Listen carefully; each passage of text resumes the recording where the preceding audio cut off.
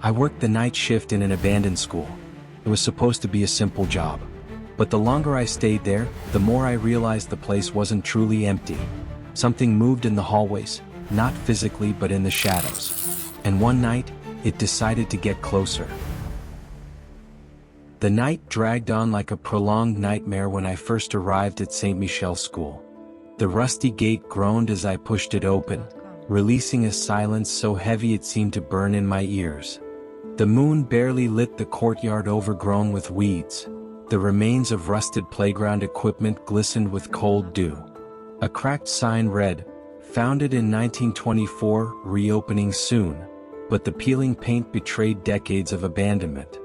My name is Ricardo Meneses, and I took a night janitor job out of necessity. The owner promised a generous payment in exchange for keeping the building presentable for future historical tours. No one mentioned the windows that shut on their own, or the footsteps heard on the top floor, details I would only discover later. On the first night, I came armed with a bucket, broom, and flashlight. The main hallway, lined with rows of lockers, smelled of mold and burnt paper. At the far end, an old graduation photo hung. 12 smiling children, their faces faded like ghosts. There was something strange about those frozen smiles, almost inviting someone to uncover a forbidden secret. While sweeping the dust near the stairs leading to the basement, I heard a sharp creak. Looking down, I noticed one of the wooden boards was loose. Shining my flashlight on it, I saw old scratch marks, almost like claw marks. A shiver crawled up my spine.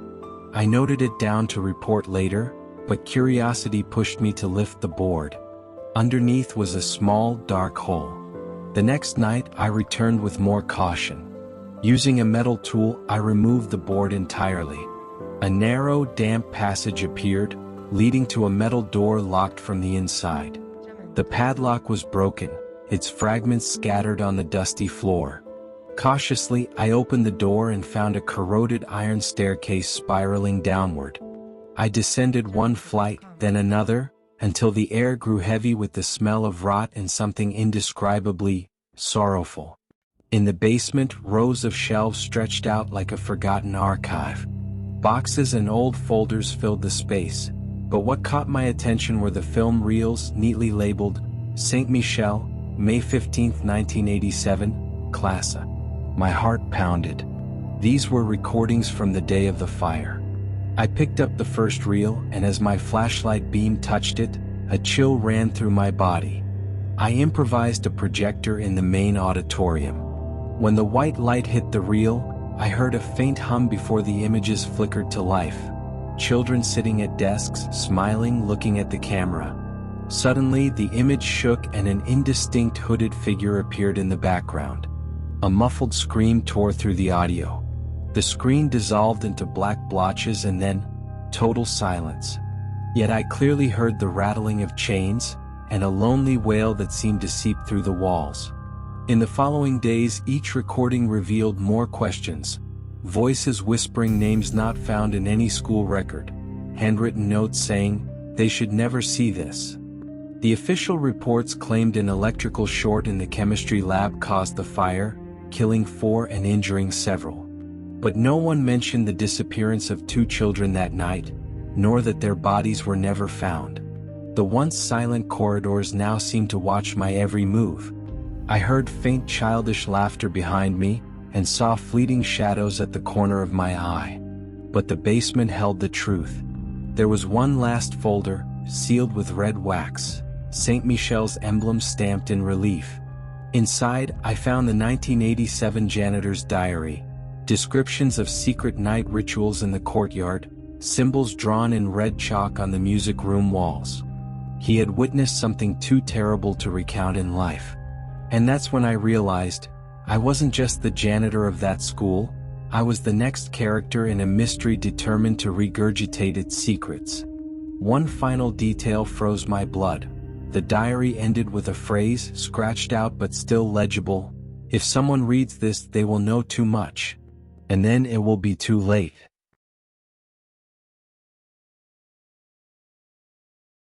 When I discovered the janitor's diary and the 1987 reels, I knew I had to understand who the figures behind those strange symbols were. The next day, I returned to the basement with better lighting and a notebook. The damp corridor seemed to lead me toward an even greater enigma, a side door hidden behind stacks of boxes, slightly ajar. Holding my breath, I pushed it open and found a small compartment I'd never noticed before, lined with low shelves. There, I found a collection of black and white photographs, their edges yellowed by time. In each one, smiling children posed for graduation, all wearing the same pin, a stylized owl with piercing eyes. In the last photo, two children, a boy and a girl, weren't smiling. They looked terrified. Written in tiny pen strokes on the back were their names, Lucas Vidal and Marina Costa. Digging through the city's public records, I confirmed Lucas and Marina were indeed students in the 1987 class. But no newspaper ever reported their disappearance. The official casualty list named 4 deaths: teachers Denise and Wagner and students Carla and Raquel. So where were Lucas and Marina? And why were their photos missing from every memorial? I decided to speak with some of the town's older residents. In the neighboring village, I knocked on the door of Dona Marlene, a woman with a deeply lined face who had worked as the school's cook until the night of the fire. When I mentioned the names, her eyes shut tight and she murmured, "They didn't vanish. They were taken by her." I asked, "Who?" But she only repeated, trembling, "Her. The music teacher." I went home uneasy. There was no music teacher mentioned in any official records. In the 1987 staff list, no one held that position. But the janitor's diary referred to the conductor of the chants, someone who led nighttime rituals in the music room. I decided to play the original tapes of those classes, hoping to catch any clues. I set up makeshift speakers in the auditorium and played the one labeled Choir Class, October 5, 1987. The static gave way to harmonious voices singing an old melody in Latin, In tenebris lux nos ducit. Then, a gentle female voice began reciting with a hypnotic tone, Dominus in aeternum nos custodit. I froze. I recognized that voice. It was the same hooded figure from the film reel. That sweet, almost whisper-like tone filled the air with an unsettling allure. The melody felt as though it was stirring something dormant in the school's walls. The longer it played, the more a buzzing built up in my skull, as if the notes were seeping into my brain. I shut off the recording immediately and ran to the basement, my heartbeat hammering. Halfway down the stairs, I nearly tripped over a small metal table that hadn't been there before. On it rested a book with burnt edges. Opening it, I found Latin inscriptions and ritual drawings, symbols of owls, flames, and interwoven chains. Inside, handwritten text read, "To guide the souls, the mistress sings. Those who listen will unite past and present. But beware, whoever unveils becomes the replacement." It was the Liber Noctis, supposedly a lost 18th century grimoire attributed to a mysterious cult that worshipped the owl as the guardian of forgotten memories. This changed everything. I wasn't dealing with just an accidental fire, but with an ancient ritual still echoing in the school. I researched more on this owl cult. At the public library, I found an old book on secret societies in the region, Order of the Nocturnal Eye. A whole chapter described a group in the late 19th century that performed ceremonies to release memories of tragedies, offering symbolic sacrifices so the dead could rest in another plane. The owl, symbol of vigilance, was their emblem. But why those children? And who exactly was the mistress in the school's context? I remembered a name from the janitor's diary, Professor Odette Malman. She wasn't in any official records. It was as if she'd been erased.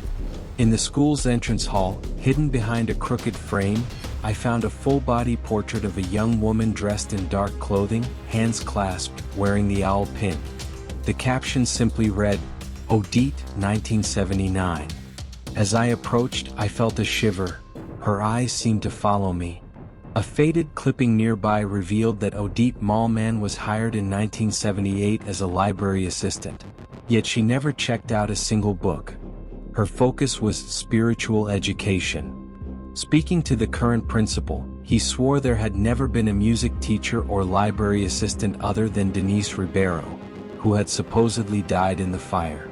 It was as though Odette had been purged from history. Back in the basement, my flashlight flickered violently, and I heard light footsteps, like someone walking barefoot across the old floorboards. I bit my lip in anxiety, locked the basement door from the inside, and returned to the auditorium to try decoding the Latin chant. I wrote down the full lyrics and photographed the Liber Noctis.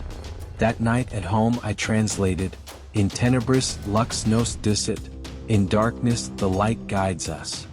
And Dominus in aeternum nos custodit, the Lord guards us forever." Protective phrases perhaps, but in a ritual context, they felt like incantations meant to bind souls. I realized the mistress sang to tie the memories of the dead to that place, ensuring they were never forgotten, and never set free. As I pondered this, I received an anonymous message, an audio file containing the exact melody followed by a whisper, "You shouldn't know this." The sender's name read simply, Saint Michel.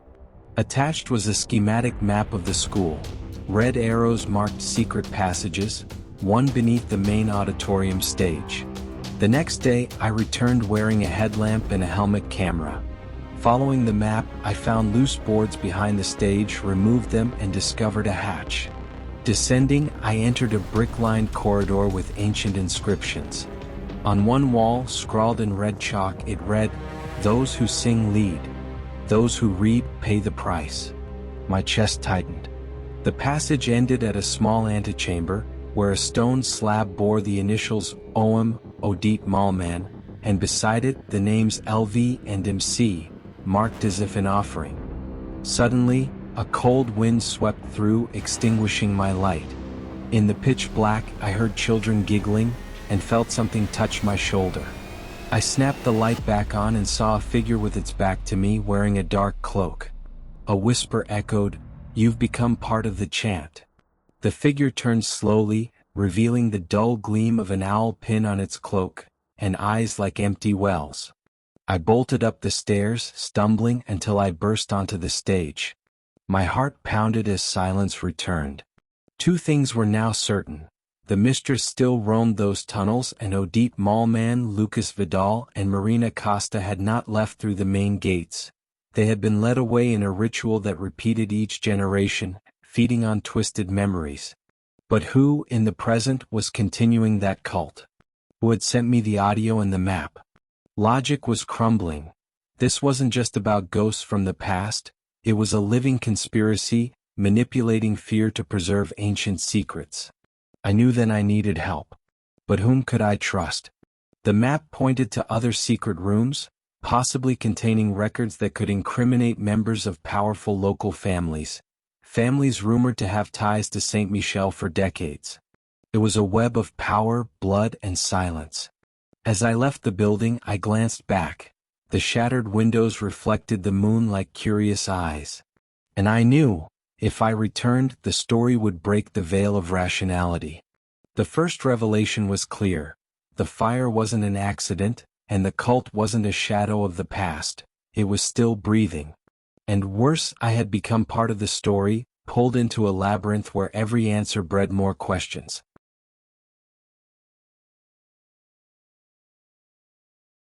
I returned home with my body exhausted and my mind in shambles. The night before, Odette Malman's whispers had clung to my ears like a chant without end, consuming my thoughts. I unlocked the door, turned off my flashlight, and leaned against the wall trying to process. But before I could even take off my backpack, the doorbell rang, a short, strange chime. No one was there. I peered through the window. The street was empty. My chest tightened. Every shadow in the garden felt suspicious. That night, sleep was impossible.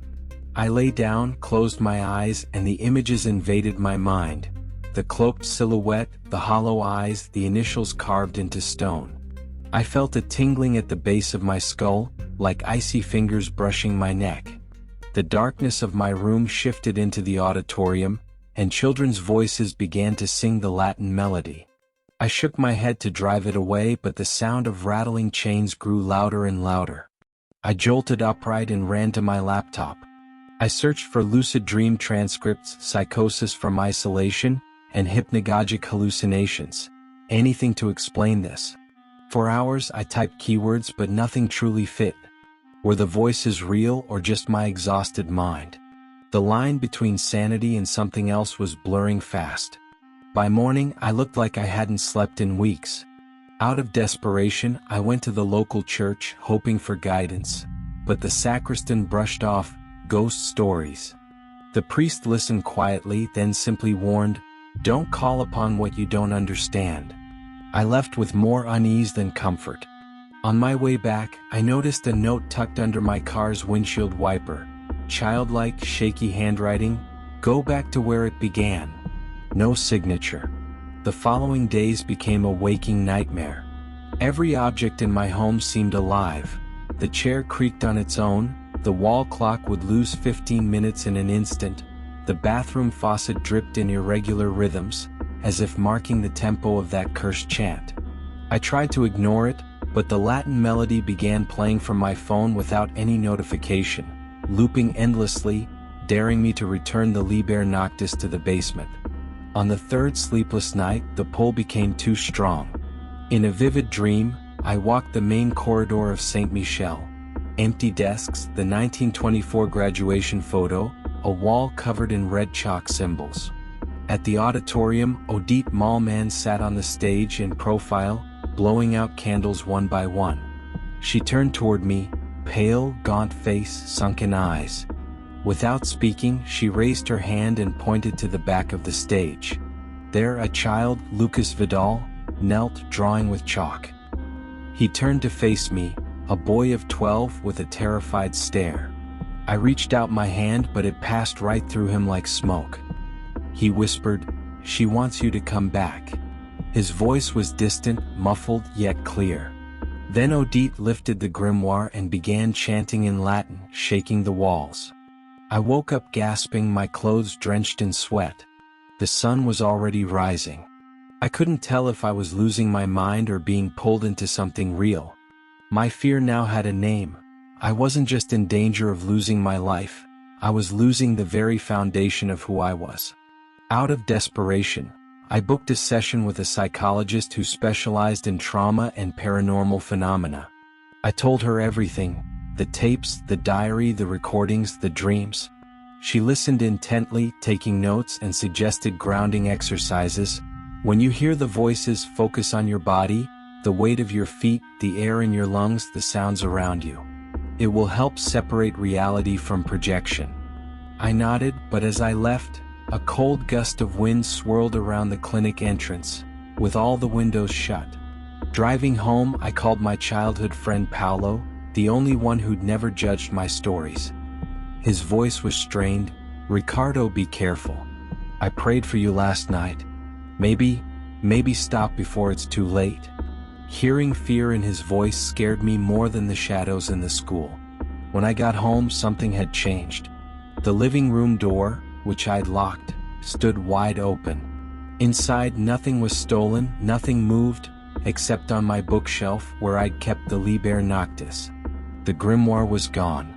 My stomach dropped.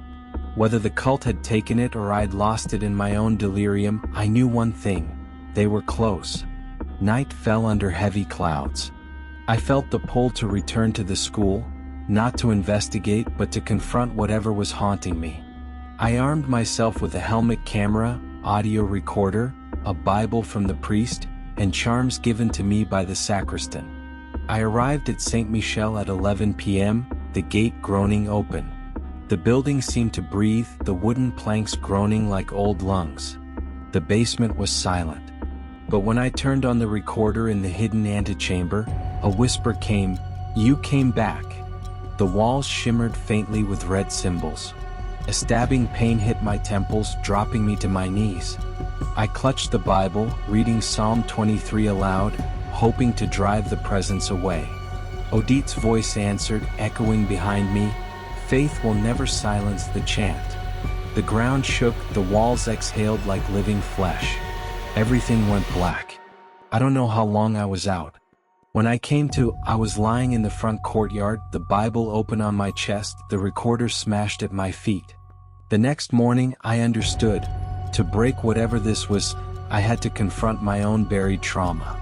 If the cult fed on forgotten memories, maybe I had to unearth mine, offer something of myself to free the trapped voices. But Odette's presence followed me now, even outside the school. Each tick of the clock carried the whispered chant into my skull. And as I prepared for the next step, digging into my own past, I realized there was no turning back. I had plunged into an emotional abyss where sanity and the supernatural twisted into one. And only by facing the fear head-on could I hope to escape the chant.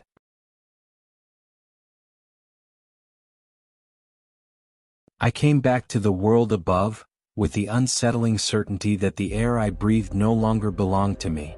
The voices, the reels, the grimoire, all of it pointed in one direction I didn't want to admit. There was something of mine still trapped in that school. I decided to stop circling the mystery. If the owl cult fed on memories, I would dig into mine until they bled. I started with the basics, documents. I went to the local registry office with a harmless excuse, updating my records, and asked for a copy of my birth certificate. The clerk, an older man with a white beard, pulled my file and frowned. My certificate had a microfilm annotation from 1988, 2 years after the Saint Michel fire. In the margin, handwritten in pen, reissued due to loss. I was born in 1975. Why would my certificate be reissued when I was already 13?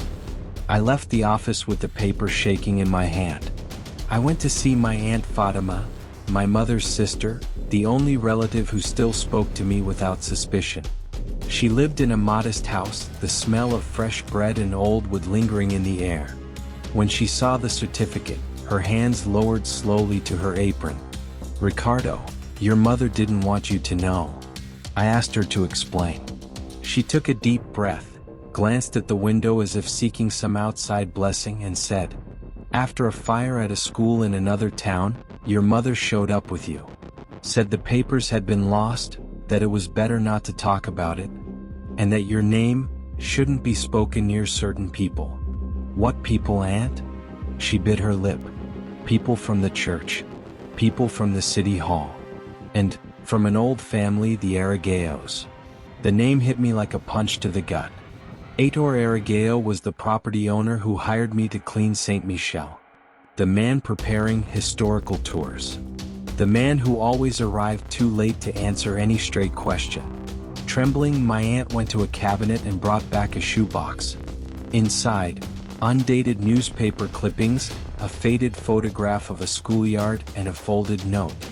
In the photo, children ran under a pale sky. In the background, a banner read, "Memory Week, 1987.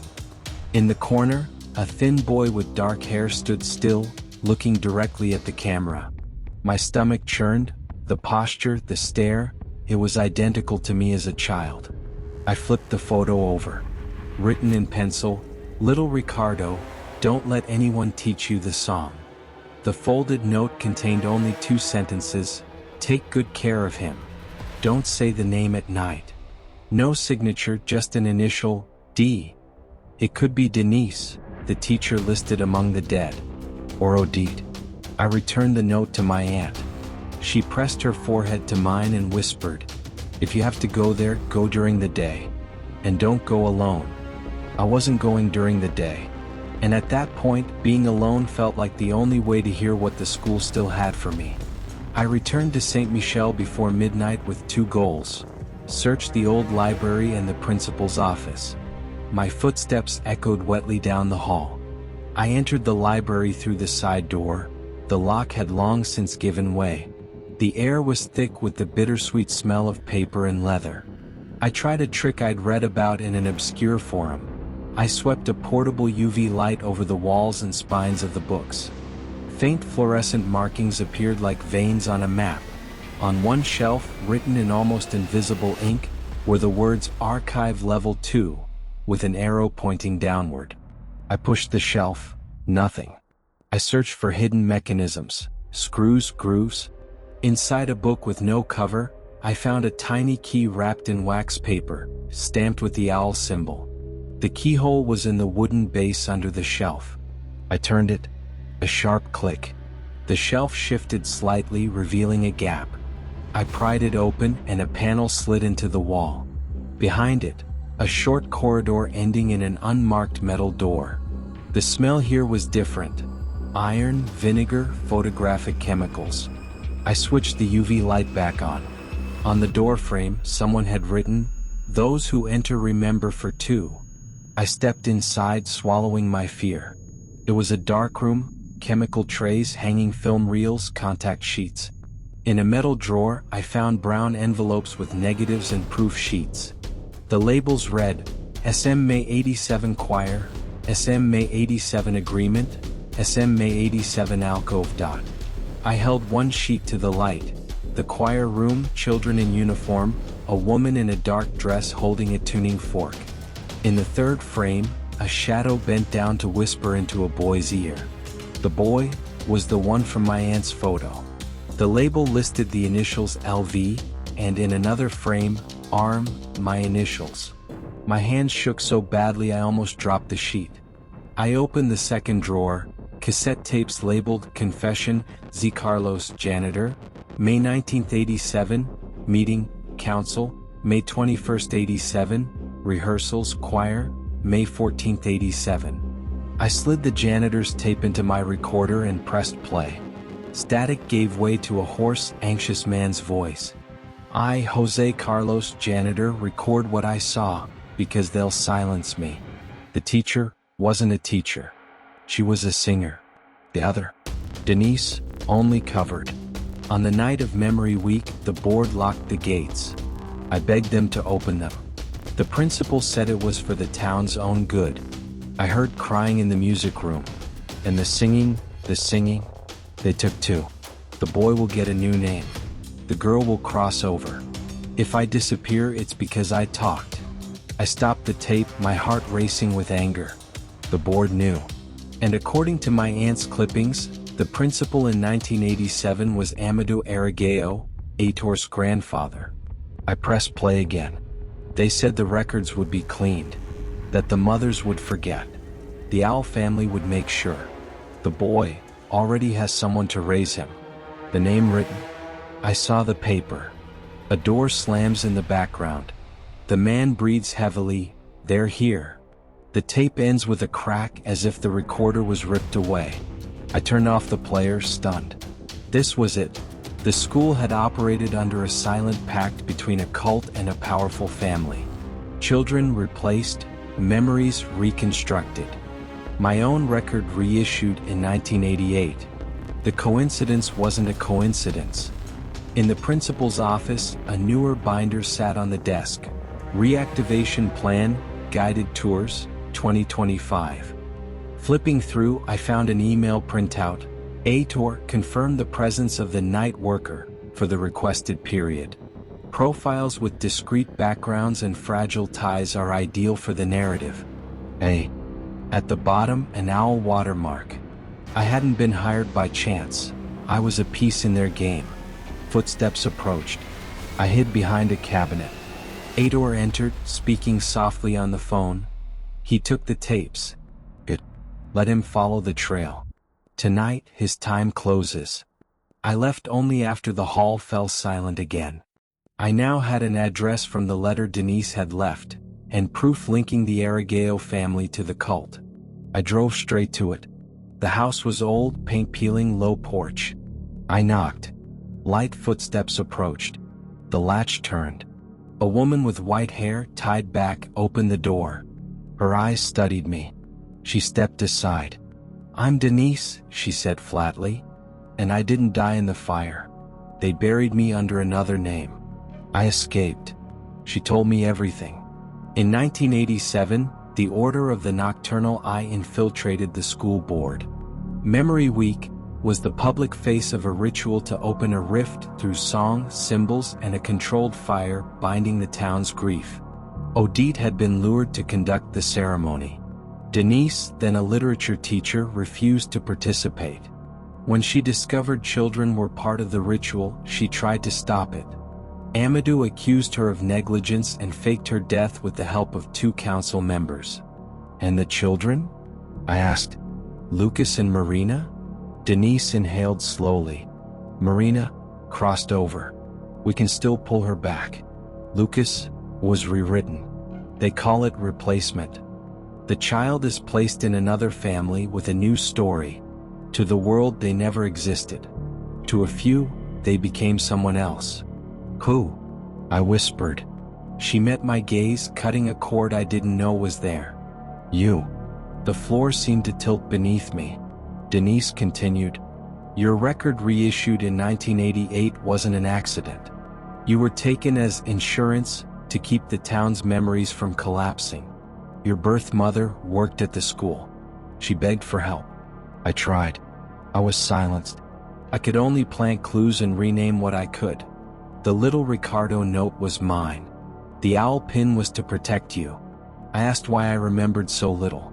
Because they gave you a life to cover another. But you came back. The school pulled you. Whoever uncovers becomes the replacement, or breaks the cycle. They plan to repeat it this week, disguised as a cultural event. The chant will reopen the rift. And one life will take another's place. Before I could answer, her landline rang. She listened, her face pale. They know you're here.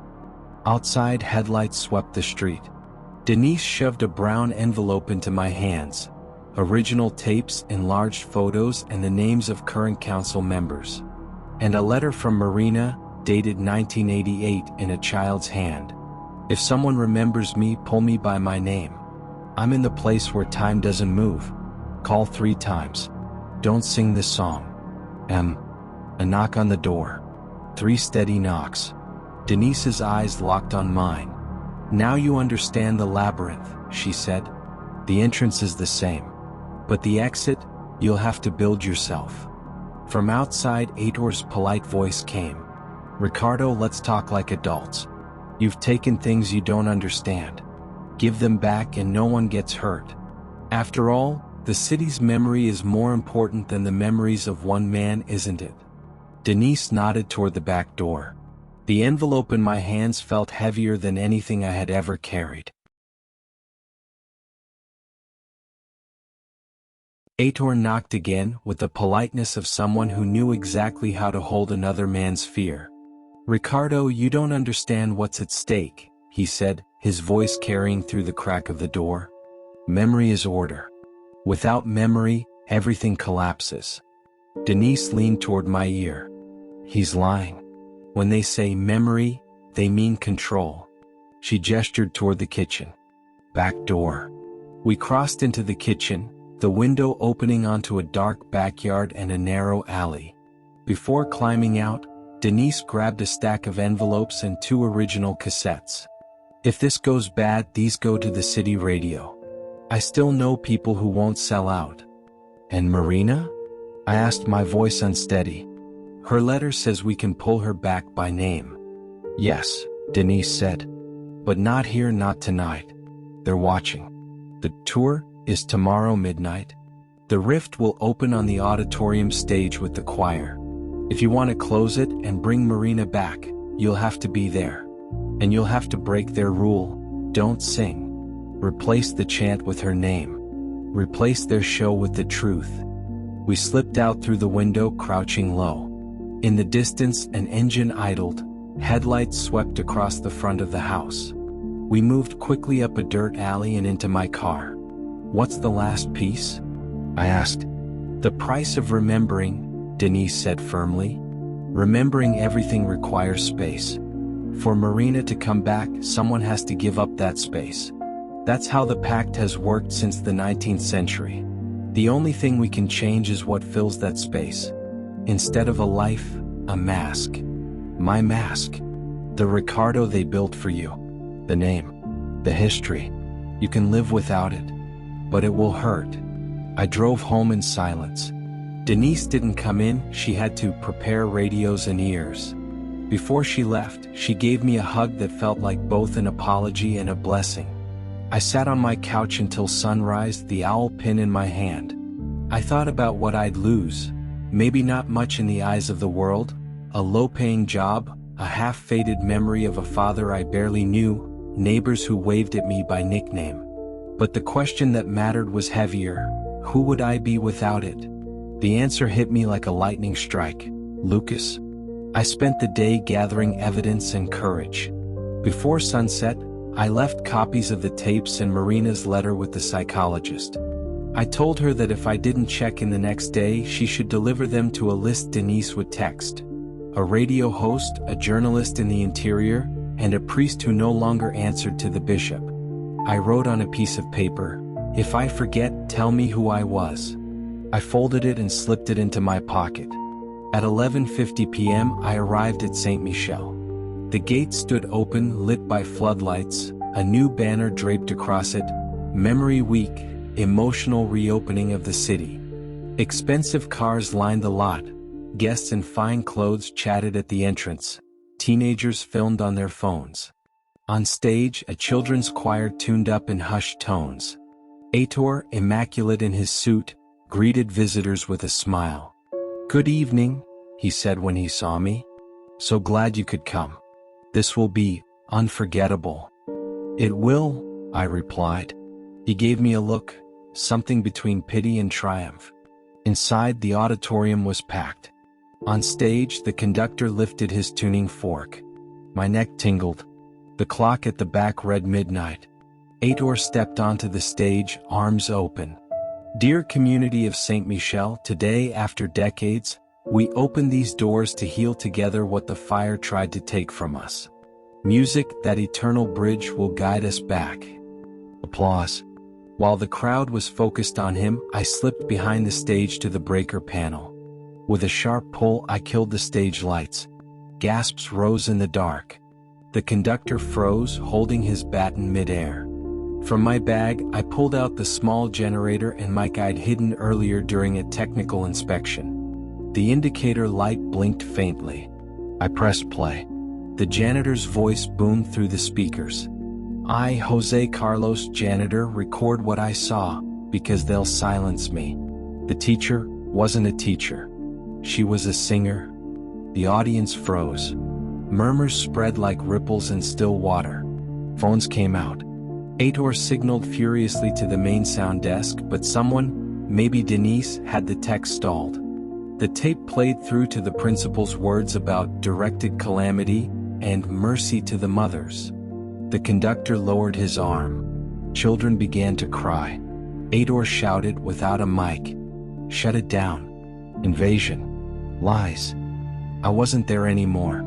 While the room hung on the voice from the past, I slipped under the stage, pried open the hidden boards, and descended into the tunnel. The brick-lined corridor felt alive, vibrating faintly under my boots. The chalk inscription glowed softly, "Those who sing lead. Those who read pay the price." The owl pin burned in my palm. The antechamber looked exactly as in my nightmares. The stone slab with OM, the carved initials, the chalk circle in the center. Footsteps behind me. I turned. There. Alone. "I knew you'd come," he said calmly. "You want the impossible. I keep the possible from turning into chaos. That's what my family does." "You kidnap children," I spat. "You rewrote me. You killed Odette. You buried Denise alive. We saved a city from collapse," he interrupted. "Do you know what happens when everyone remembers the same trauma? Society stops. Hunger rises. Anger burns. So a story is sacrificed for peace. That's governance. That's love in a way you don't understand. Love doesn't carve children's names into stone," I said, pointing to the slab. "It takes courage," he replied, stepping closer. "And you have the courage I need. Conscious replacements are rare. If you accept, I'll let you remember. You take Marina's place. Everyone wins." The floor trembled harder. Above us, distant voices, maybe sirens, maybe radios. I looked at the chalk circle. "I won't sing," I said. "And you won't repeat this. Without the chant, the rift won't open," he laughed. "Without the rift, no Marina." You don't have what it takes. I have names. He raised an eyebrow. Names aren't enough. But Marina's letter had been clear. Call 3 times. Don't sing. I stepped into the chalk circle, the owl pin pulsing like a desperate heartbeat. Closing my eyes, I thought of the boy holding my hand in an old photo. I thought of the letter in a child's hand. If someone remembers me, pull me by my name. I spoke clearly. Marina Costa. The building seemed to hold its breath. Marina Costa. Pressure filled my skull. Marina Costa. The pin seared my hand. The floor vibrated violently. At the circle's center, the air warped like a heat mirage. A scent of chalk, varnish, and orange blossom filled the tunnel. I reached out. Cold fingers touched mine. First air, then the fragile grip of a child. Pull, came a tiny voice, not in my ear but in my bones. Before he sings. I pulled. The resistance was like yanking a root buried deep. The corridor roared. A small body fell into my arms. A girl in an old uniform, wide-eyed, breathing fast. Marina. Exactly as in the 1987 photo. Aitor lunged, fury etched across his face. You fool. You opened it without the chant. You don't know what you've brought with her. He slammed me into the wall, the flashlight spinning across the floor. Marina cowered, covering her ears. You don't have the final piece, he snarled. The rift won't close without a price. Someone has to take the empty place. And I get to choose. And then I understood. I stood, blood in my mouth, and shouted so that even the stones could hear. My name is not Ricardo. It's Lucas Vidal. The words rang like a bell. The pin cracked in my palm. Pain shot through me, sharp but right. Memories crashed in. The schoolyard in 1987. A woman calling me my Lucas. The smell of chalk. The curtain catching fire. Not the lab. I'm Lucas, I said again. And I'm giving back what you gave me. Keep Ricardo. Keep the mask. Aitor stumbled back as if struck. Above us the building groaned. The chalk circle flared once, then sucked inward. I felt the paper life they'd written for me, ID, contracts, signatures, peeling away like old wallpaper. And beneath it, the real life, my own, fitting back into place. Aitor's voice broke. Without a mask, you have no protection. Do you know what happens to those who remember? They disappear. I already disappeared, I said. I just didn't know it. I picked Marina up. She looked into my face. It's you, isn't it? The boy who stayed. Yes, I said. And I came back for you. The rift behind us collapsed with a dry crack. The pin, now in 2 cold pieces, went still. We climbed to the stage hatch. The auditorium was chaos. People shouting, security trying to control the crowd, the conductor staring blankly. From a radio somewhere, the janitor's voice played alongside Denise reading council members' names and Odette's diary. When they saw me carrying the girl, silence rippled through the room. Phones came up. A woman covered her mouth. An elderly lady began to cry. Who is she? Someone called out. I opened my mouth to say Marina, but stopped. Names are doors. I gave half the truth. She's Marina. And she's my sister. Police entered. Security surrendered. A journalist thrust a microphone at me. And you? Who are you? I almost said Ricardo, out of habit, but the word wouldn't come. Marina clutched my neck. He's Lucas, she told the room. And he promised no one will ever sing here again. Aitor was pulled from the basement hours later, mumbling no mask, to the empty air. As for me, I woke the next day with no official name, no papers, but with a sister at my side, Denise making tea in my kitchen, and a broken owl pin that still felt warm. Sometimes Marina asks me to sing her to sleep. I tell her no, and I explain why. I tell stories without music. About the woman who was never a villain, the fearless janitor, the teacher who vanished just to keep speaking the truth, and the boy who refused to remain made of paper. And then, the girl drifts into sleep. In that silence, The only song that matters is the absence of sound. There is a final line that has stayed with me, written on the back of an old photograph in my own hand. I gave it to the psychologist, to be read if another city ever dares to repeat the same mistake. Those who forget on our behalf own us. Those who remember with us set us free. And if you're ever listening to this during one of those guided tours through ancient buildings burdened with too much history, and someone asks you to sing, don't. Call the name instead. And if no name comes to you, walk away. If you want to see more stories like this, don't forget to like and subscribe to the channel. Thank you for watching.